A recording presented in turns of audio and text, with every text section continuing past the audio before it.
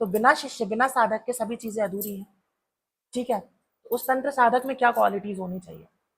तो शारीरिक और मानसिक दोनों रूप से साधक को कठोर होना पड़ता है।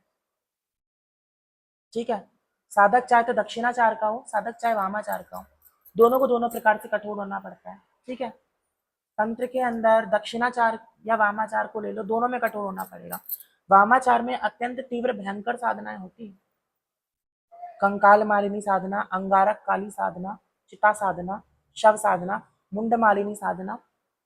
जब साधक इस साधना के अंदर बैठता है ना, जिस समय साधक संकल्प को करता है ना, इतने भयानक अनुभव होते हैं कि साधक की जान निकल के हाथ में आ जाती है। सबसे पहले मानसिक रूप से प्रिपेयर करना पड़ता है। अगर मैं छिन्न मस्तिका देवी की एक भी सहायक देवी, एक योगिनी, एक गणनी की भी बात करूं, वो अगर आपके सामने आ गई या चारों तरफ उसने अपनी किलकार हंसी की भी लगा दी ना, आप थरथरा जाते हैं उस समय और आप आसन से नहीं उठ सकते। वरना शक्ति सामने वाली, शक्ति के गण आपको नहीं छोड़ेंगे। सेकेंडरी चीज आती है संकल्प।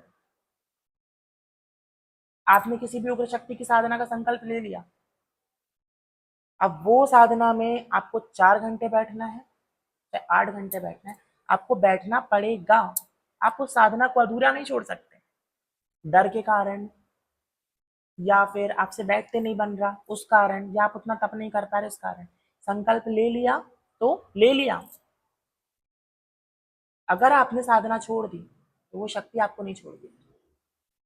जो शक्ति का दोष लगता है अत्यंत भयंकर दोष लगता है, उस शक्ति के गण आपको तब तक नहीं छोड़ते जब तक उस दोष का शमन नहीं हो जाता। फिर आप एक कुलाचारी गुरु के पास जाते हैं, इसका शमन करवाइए आप। ठीक है, कुलाचारी गुरु के अलावा कोई उसका शमन नहीं करवा सकता।